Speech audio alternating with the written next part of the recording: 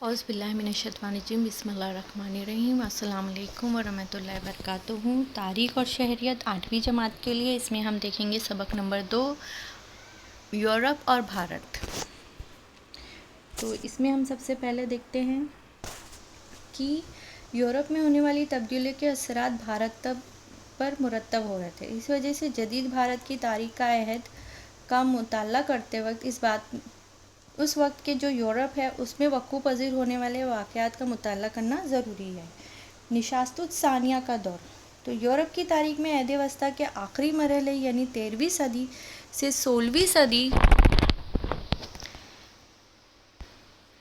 میں احیاء علوم، مذہبی اصلاح کی تحریک اور جغرافیائی دریافتوں جیسے واقعات کی وجہ سے جدید دور کی بنیاد پڑی۔ اس بنا پر اس دور کو نشست الثانیہ کا دور کہتے ہیں۔ تو اس میں ہم سب سے پہلے دیکھیں گے کہ نشست الثانیہ کے دور میں یورپ میں فنون لطیفہ، فن تعمیر اور جو ہے فلسفہ، تعلیم،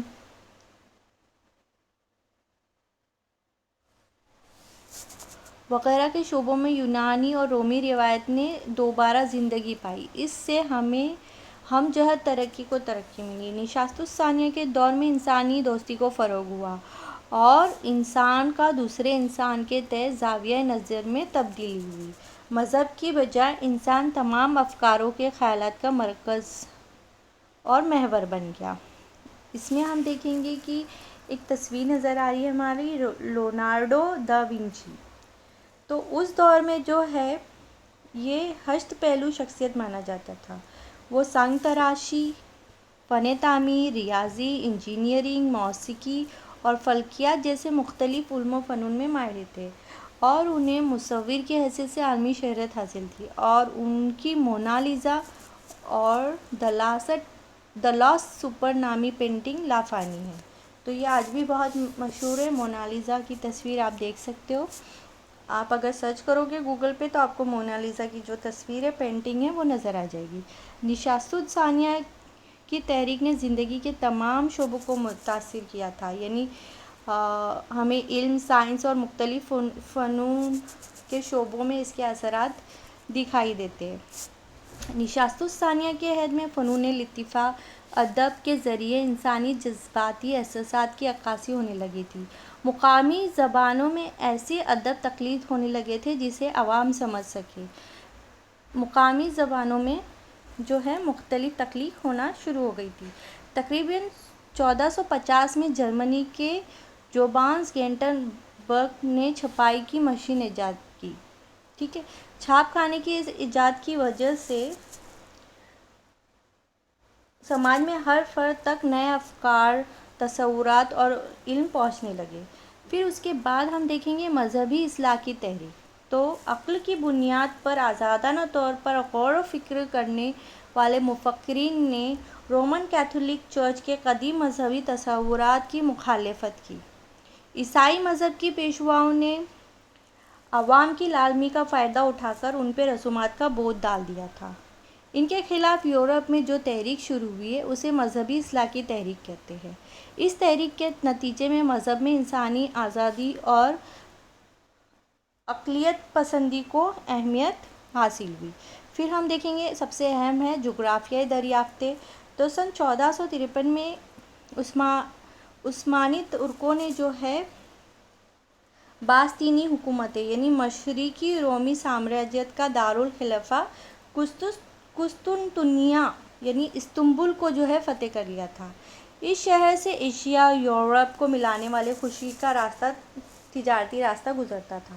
ترکوں نے اس راستے کو بند کر دیا تو یورپی ممالک کے لیے ایشیا کی طرف سے کیے جانے والے نئے راستے کی تلاش کرنا ضروری ہو گیا تھا۔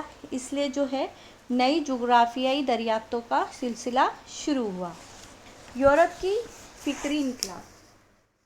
تو نشست الثانیہ کے دور میں ہونے والی تبدیلیوں کی وجہ سے یورپ کے عہد وسطیٰ سے عہد جدید کی طرف پیش رفت ہوئی۔ اسی زمانے میں یورپ میں فکری انقلاب آیا۔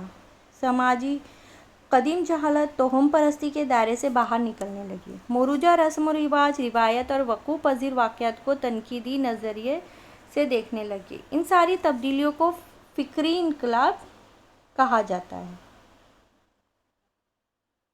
ان ساری تبدیلیوں کو فکری انقلاب کہا جاتا ہے۔ اس فکری انقلاب سے یورپ میں سائنس کے شعبوں میں تخلیقی فروغ حاصل ہوا۔ اب سیاسی شعبوں میں بھی دیکھیں گے ہم کیا انقلاب آیا۔ تو جدید دور کے ابتدائی مرحلے میں یورپ میں کئی سیاسی تبدیلیاں ہوئیں۔ 18ویں اور 19ویں صدی میں رونما ہونے والے کئی انقلابی واقعات کی وجہ سے اس دور کو جو ہے عہد انقلاب یعنی انقلاب کا دور کے نام سے یاد کیا جاتا ہے۔ اس دور میں انگلینڈ میں پارلیمانی جمہوریت کی نشوونما ہوئی، کابینی طریقے کی نوعیت کی تبدیلی ہوئی۔ سن 1690 کے بل آف رائٹس کے ذریعے بادشاہ کے اختیارات کو محدود کر دیا گیا اور پارلیمنٹ کا اقتدار قائم ہو گیا۔ امریکہ کی جنگ آزادی، یہ سب سے اہم ہے۔ امریکہ کی جنگ آزادی یورپ میں ہونے والی انقلابی تبدیلیوں کے پس منظر میں امریکہ کی جنگ آزادی پہ بھی غور کرنا اہم ہے۔ براعظم امریکہ کی دریافت کے بعد یورپی ممالک اس کی جانب متوجہ ہوئے تھے۔ سامراجی یورپی ممالک نے براعظم امریکہ کے مختلف علاقوں پر قبضہ کر لیا تھا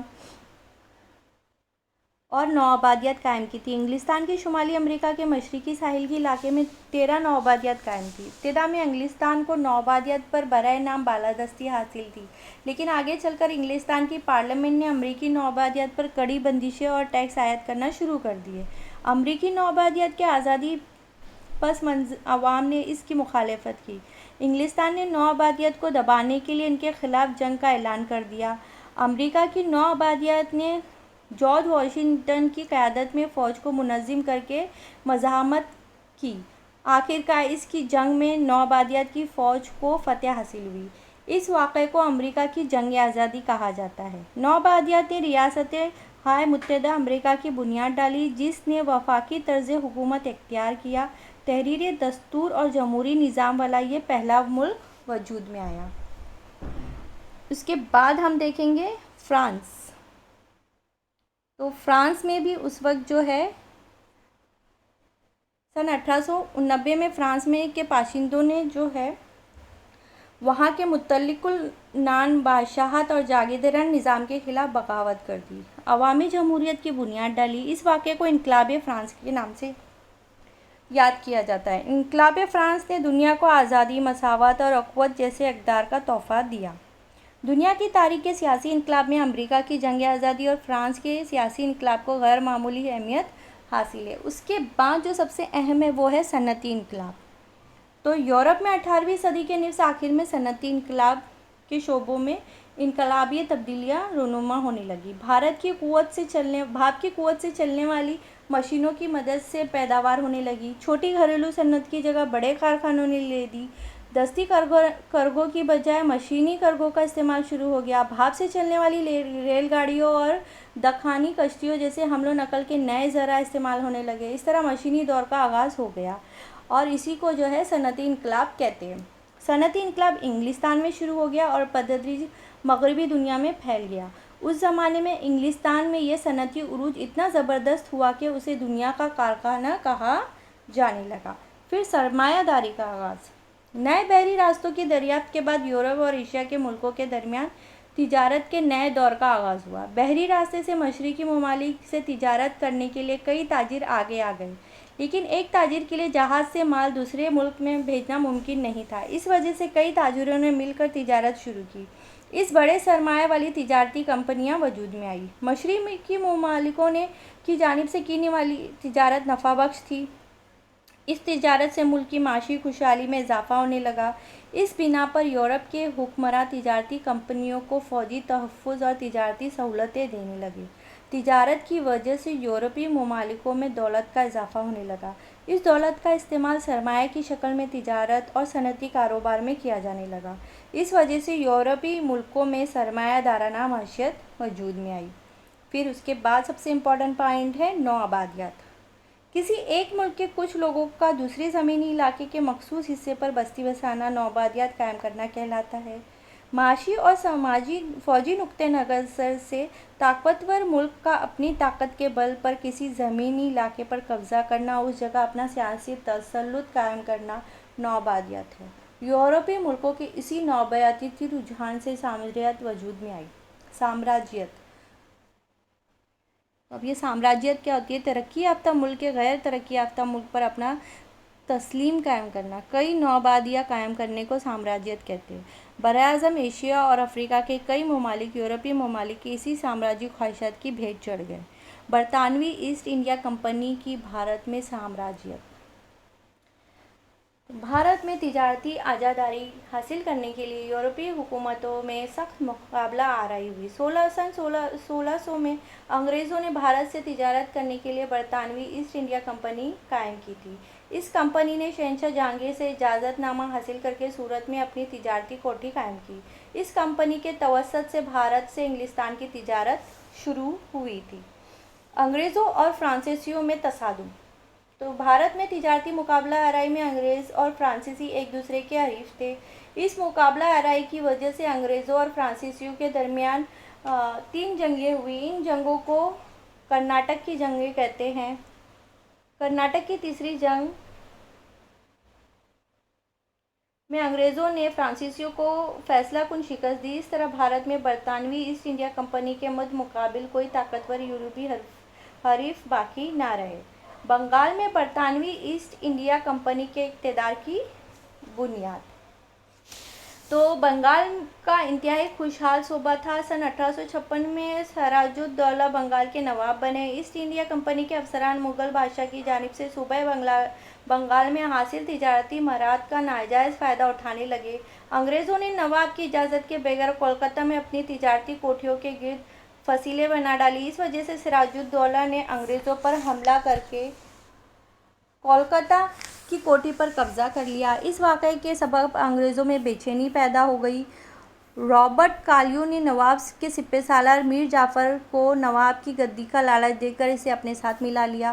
1757 میں پلاسی کے مقام پر نواب سراج الدولہ اور انگریزوں میں جنگ ہوئی، لیکن نواب کی فوج کا جو حصہ میر جعفر کی قیادت میں تھا اس نے جنگ میں شرکت نہیں کی، جس کی وجہ سے سراج الدولہ کو شکست ہوئی۔ انگریزوں کی پشت پناہی کے سبب میر جعفر بنگال کا نواب بنا۔ بعد میں انگریزوں کی مخالفت کرنے پر اس کے داماد میر قاسم کو نواب بنا دیا گیا۔ میر قاسم نے انگریزوں کی غیر قانونی تجارت پر روک لگانے کی کوشش کی تو انگریزوں نے اسے ہٹا کر میر جعفر کو دوبارہ نواب بنا دیا۔ بنگال میں انگریزوں کی سرگرمیوں پر لگام کسنے کے لیے میر قاسم، اودھ کے نواب شجاع الدولہ اور مغل بادشاہ شاہ عالم متحد ہو کر انگریزوں کے مد مقابل ہوئے۔ 1764 میں بہار میں بکسر کے مقام پر جنگ ہوئی، جس میں انگریزوں کو فتح حاصل ہوئی۔ اس جنگ کے بعد الہ آباد معاہدے کے تحت صوبہ بنگال میں دیوانی یعنی محصول لگان کا وصول کرنے کا حق برطانوی ایسٹ کمپنی کو مل گیا۔ اس طرح بھارت میں انگریز حکومت کی بنیاد بنگال میں رکھی گئی۔ انگریزوں اور میسور میں جنگ۔ میسور ریاست کے حیدر علی نے حملہ کرکے ریاست کا کاروبار اپنے قبضے میں کر لیا۔ حیدر علی کے انتقال کے بعد ان کے بیٹے ٹیپو سلطان میسور کے تخت پر بیٹھے۔ انہوں نے انگریزوں کے خلاف جنگ جاری رکھی۔ آخرکار 1799 میں سرنگا پٹم کی لڑائی میں ٹیپو سلطان شہید ہو گئے اور ریاست میسور پر انگریزوں کا قبضہ ہو گیا۔ سندھ پر انگریزوں کا قبضہ۔ بھارت میں اپنی حکومت کو محفوظ کرنے کے لیے انگریز شمال مغربی سرحد کی جانب متوجہ ہوئے۔ انہیں خطرہ تھا کہ روس کہیں افغانستان کے راستے سے بھارت پر حملہ نہ کر دے، اس لیے انگریزوں نے افغانستان پر اپنا تسلط قائم کرنا فیصلہ کیا۔ افغانستان جانے والا راستہ سندھ سے ہو کر گزرتا تھا اور سندھ کی اہمیت کے پیش نظر انگریز سندھ کی جانب متوجہ ہوئے اور سن 1843 میں سندھ پر قبضہ کر لیا۔ سکھ حکومت کا خاتمہ۔ 19ویں صدی کے آغاز میں صوبہ پنجاب میں رنجیت سنگھ کی حکومت تھی۔ رنجیت سنگھ کے انتقال کے بعد ان کا نابالغ بیٹا دلیپ سنگھ تخت نشین ہوا۔ اس کی جانب سے اس کی ماں رانی جھندن حکومت کا کاروبار سنبھالنے لگی، لیکن سردار پر اپنی گرفت قائم نہ رکھ سکی۔ اس موقع کا فائدہ اٹھا کر انگریزوں نے چند سکھ سرداروں کو ورگلایا۔ سکھوں میں یہ غلط فہمی پیدا ہو گئی کہ انگریز پنجاب پر حملہ کرنے والے ہیں، اس لیے سکھوں نے خود ہی انگریزوں پر حملہ کر دیا۔